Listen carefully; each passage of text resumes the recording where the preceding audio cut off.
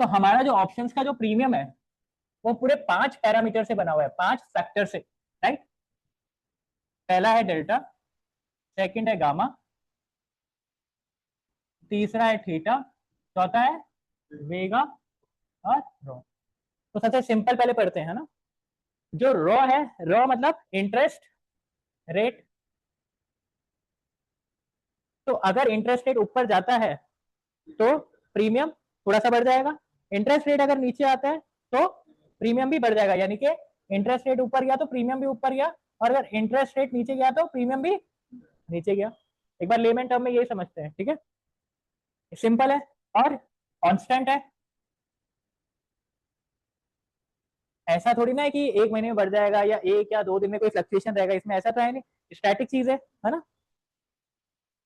अब आते हैं डेल्टा। डेल्टा का फर्स्ट ऑफ ऑल हम पढ़ते हैं डेफिनेशन क्या है। चेंज इन प्रीमियम, है ना, with respect to underline asset.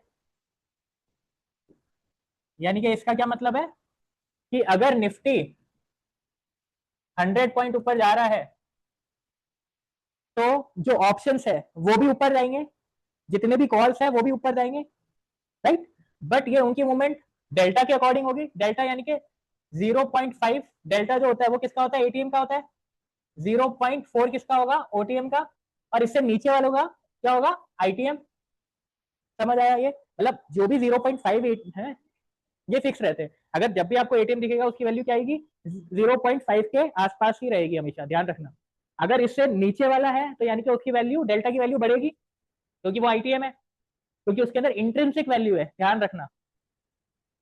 Intrinsic value है इसलिए उसकी, उसका जो डेल्टा है वो ज्यादा है। क्लियर है ये चीज।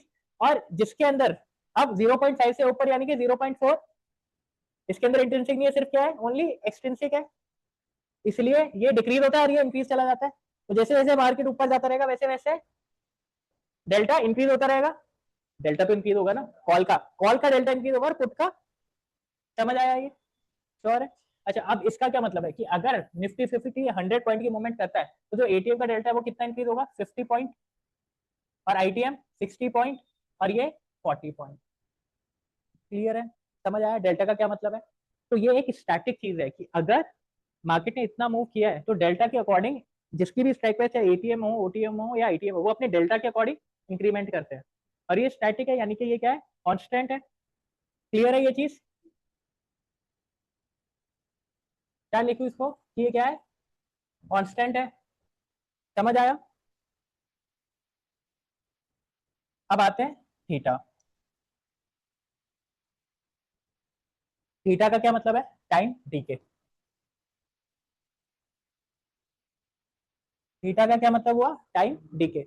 यानी कि जैसे जैसे कॉन्ट्रैक्ट की एक्सपायरी नजदीक आती जाएगी वैसे वैसे क्या होगा, इसकी वैल्यू जो थीटा है, तो पूरे प्रीमियम में जो थीटा की जो वैल्यू है, थीटा जो फैक्टर है वो क्या करेगा, डिक्रीज होता रहेगा, यानी कि जीरो की साइड जाएगा। बेसिकली क्या होगा, टाइम डीके क्या है, एक स्टैटिक है, यानी कि ये क्या है, कांस्टेंट है, कि जैसे जैसे टाइम बीतता जाएगा वैसे वैसे इसकी वैल्यू क्या होती जाएगी, जीरो तक रीच होती रहेगी, ठीक है। तो इसका जो कर्व है, हमेशा ध्यान रखना, इसका जो कर्व है वो हमेशा कैसे रहेगा, ऐसे रहेगा। ये है थीटा कर्व। समझ आया ये, थीटा डीके। सपोज करो ये 3 मंथ्स का क्या है, ऑप्शन है। अब ये ऑप्शन कैसे डीके हो रहा है, सपोज करो ये हुआ 10% और ये क्या हुआ 20% और ये लास्ट में क्या हो गया। तो टेक्निकली जो थीटा डीके है उसका कर्व ऐसे स्टैटिक है कि एक्सपोनेंशियल है। एक्सपोनेंशियल है क्यों, क्योंकि पहले वो 10 घटा, फिर 20 घटा, जैसे जैसे टाइम नजदीक आता जाएगा वैसे वैसे उसका थीटा डीके इंक्रीज होता रहेगा, यानी कि 10 20 40 और जीरो कर देगा वो। ये चीज समझ आई, पक्का क्लियर है। ये मंथली ऑप्शन है। अब ये देखते हैं, अब एक मंथ में होता क्या है, 1 मंथ में हुआ क्या है, पहले डीके धीरे धीरे हो रहा था, बट जैसे लास्ट वीक आता है तो डीके एकदम से डाउन चल जाता है। क्लियर है ये चीज। अब इसको मैं एक बार ड्रॉ करके भी दिखाता हूँ। सपोज हम लेते हैं मंथली, लास्ट वीक, या सपोज करो ये वीक हमारा क्या जो कॉन्ट्रैक्ट है एक्सपायर होगा, उससे पहले वाला वीक, और उससे थर्ड वीक, और ये हो गया इनिशियल वीक। 4 वीक हो गए पूरे महीने के। अब इसका जो डीके वो हमेशा कैसे रहेगा, इसका तो एकदम ऐसे रहेगा फ्लैट, यानी कि ये 100% डाउन जाएगा इस वीक। अब जो वीक है कर्व कैसा रहेगा, 40%, 40 to 50% डाउन। अब ये जो है कर्व ये कैसे जाएगा, 20% या 25%, ठीक है। और ये जो वीक है ये दूसरा वाला ये कैसा गया है, 10 to 12.5%। समझ आया। तो थीटा जो डी के, अब ये कांस्टेंट ही हुआ ना टेक्निकली, ये हमेशा ऐसे ही टूटता है। अब अगर मैं वीकली ऑप्शन देखूं, जो हमारे वीक के ऑप्शन रहते हैं, यानी कि एवरी वीक एक्सपायरी होती है, जैसे हम लेते हैं सेंसेक्स, सेंसेक्स की एक्सपायरी कब होती है, थर्सडे की। तो सपोज करो थर्सडे को कॉन्ट्रैक्ट खत्म हो रहा है, ये वेडनेसडे, ये ट्यूसडे, ये मंडे और ये फ्राइडे, ठीक है। ये वीकली कॉन्ट्रैक्ट है, day to expire, day to expire, day to expire, day to expire, ठीक है। समझ आया, ये क्लियर है। अब इसमें डीके कैसे होता है, 100%,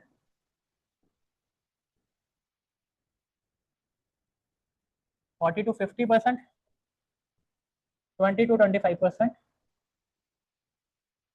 और ये 10 to 12.5%।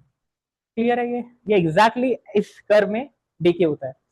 मंथली अगर मैं देखूंगा तो वीक वाइज भी ऐसे ही हो रहा है, और अगर मैं डे वाइज देखूंगा तो लास्ट के वीक में ये ऐसे हो रहा है। और इससे पहले मैं जाऊंगा वो स्लो डीके जा रहा है, एकदम स्लो, धीरे धीरे धीरे, 5 2 1 1 ऐसे ऐसे करके डीके हो रहा है।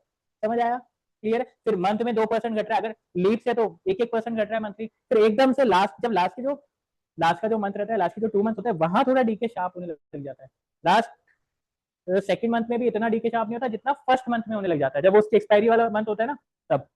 क्लियर है ये चीज पक्का, इसमें कोई डाउट नहीं है अपन को। तो अब मुझे ये चीज बताओ, ये भी कांस्टेंट हुआ, ये भी कांस्टेंट हुआ, और ये भी कांस्टेंट हुआ, कांस्टेंट है तीनों। तो प्रीमियम कैसे टूटना चाहिए था, जितना भी एक्सट्रिंसिक वैल्यू है मार्केट के अंदर, एक्सट्रिंसिक यानी कि बबल, बबल हमेशा कैसे टूटना चाहिए, ऐसे। पर क्या मार्केट में ऐसे टूटता है, मार्केट में ऐसे नहीं टूटता। प्रीमियम जितना भी एक्सट्रिंसिक वैल्यू है वो प्रीमियम ऐसे नहीं टूटता है। प्रीमियम कैसे टूटता है, जिगजैग जिगजैग जिगजैग, ऐसे ऐसे ऐसे टूटता है। right? अब ये जो जिगजैग जिगजैग हो रहा है, बट अगर ये तीन ही पैरामीटर होते तो ये ऐसे रहता। तो ये अगर जिगजैग जिगजैग हो रहा है तो कोई ना कोई अदर कोई वेरिएबल फैक्टर है जो मार्केट की मूवमेंट के अकॉर्डिंग फ्लक्चुएट कर रहा हो, जिसकी वजह से इनके प्रीमियम बहुत ज्यादा ऊपर नीचे हो रहे हैं। समझ आया। और वो फैक्टर कौन कौन से है, एक है गामा और एक है वेगा। तो इसको मैं क्या बोलूंगा, वेरिएबल। ये वेरिएबल फैक्टर है जिसकी वजह से क्या हो रहा है, मार्केट मार्केट का जो प्रीमियम है वो ऊपर नीचे हो रहा है। क्लियर है ये चीज।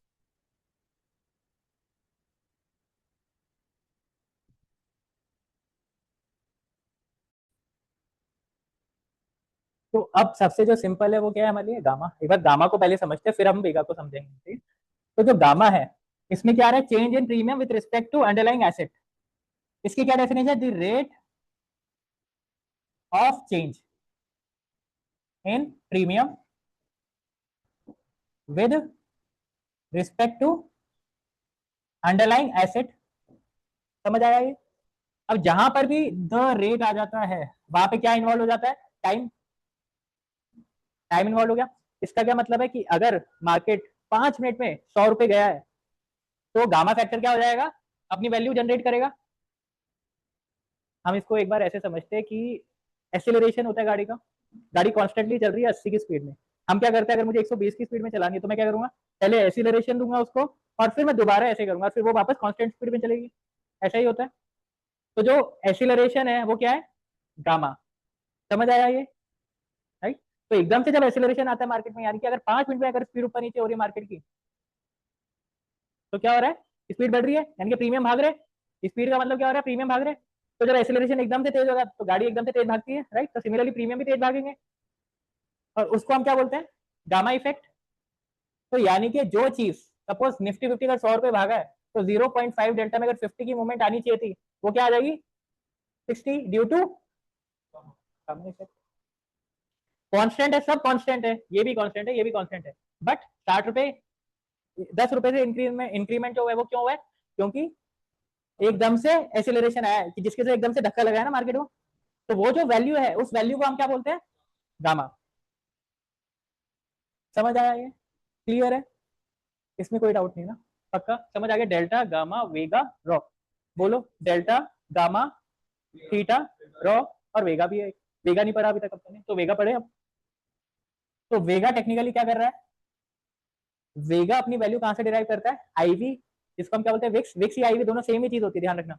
एक होता है विक्स और एक होता है आईवी, इंप्लाइड वॉलिटिलिटी, और ये वॉलिटिलिटी इंडेक्स है बेसिकली। ये इंडेक्स के लिए होता है, नाम आईवी ही होता है, ध्यान रखना। इंप्लाइड वॉलिटिलिटी, इंप्लाइड वॉलिटिलिटी का मतलब क्या होता है कि सपोज बजट आ रहा है, अभी जैसे बजट आने वाला था, तो क्या हुआ? इंप्लाइड वॉलिटिलिटी क्या हो जाएगी? हाई हो जाएगी। तो क्योंकि मार्केट में बड़े मूवमेंट आ सकते हैं, क्योंकि इवेंट आ रहा है, समझ रहे हो? इवेंट आ रहा है तो मार्केट में बड़े मूवमेंट आ सकते हैं, इसलिए आईवी शूट अप हुआ है। तो अब आईवी शूट अप होने का ये भी रीजन होता है कहीं ना कहीं, जो अगर मैं बेस पकड़ूंगा ना इसका, तो बेस रीजन ये है कि आईवी क्या रिफ्लेक्ट करता है? बायर और सेलर के बीच का डिफरेंस। जैसे कि सपोज करो, बायर जहां 10-10 रुपए के बायर मिल रहे थे, अब वो मिल रहे 20-20 रुपए के। जहां सेलर 20 रुपए के मिल रहे थे, वो मिल रहे 40-40 रुपए के। कहीं ना कहीं बायर ये सोच रहा है कि वॉलिटिलिटी हाई है, इसलिए मैं प्रीमियम ज्यादा दे सकता हूँ। और सेलर क्या कर रहा है? उसको लग रहा है भाई वॉलिटिलिटी आने वाली है, तो मैं क्या करूं? प्रीमियम के रेट बढ़ा देता हूं अपने। और ये चीज रिफ्लेक्ट कहां आ रही है? Implied volatility. समझ आया? तो जब भी कुछ ऐसा सिस्टम होता है तो आईवी भी शूटअप होती है। तो जब भी हाईवी हाई होगी और ये मार्केट पे डिपेंडेंट है, तो यानी कि ये कौन सा फैक्टर हो गया? वेरिएबल। ये कभी भी हो सकता है, सपोज जैसे ट्रंप ने कुछ बोल दिया एकदम से, तो आईवी शूटअप हो गई कि मार्केट में एक्सपेक्टेशन बढ़ गई ना मूवमेंट की, तो या तो ऊपर जाएगा नीचे जाएगा, बट बड़े मूव आएंगे ना, राइट? छोटे मूव नहीं आएंगे। तो ये वो चीज डिफाइन करता है। तो जब भी आईवी बढ़ती है, तो वेगा में क्या इंपैक्ट आएगा? वेगा भी क्या हो जाएगा? इंक्रीज। अगर आईवी नीचे गई तो वेगा क्या हो जाएगी? डिक्रीज। समझ आया ये चीज? तो अभी हमने क्या देखा था? अब जैसे क्या हुआ था, मार्केट क्या जा रहा था एकदम से नीचे, ये किसकी वजह से राइज हुआ है? विक्स लो, और ये विक्स है, ये भी विक्स है, ये भी विक्स है। ये तो टेक्निकली क्या होता है? ये ऐसे जाता। तो मार्केट में जो प्रीमियम की जो मूवमेंट है, जो शेप बन रही है, वो क्यों बन रही है? Due to vega and gamma. Clear है ये? पक्का? ये भी क्लियर हो गया? ये भी क्लियर है, ये भी क्लियर है। ये तो ऑप्शन ग्रीक्स हमें क्या हो गया? पूरे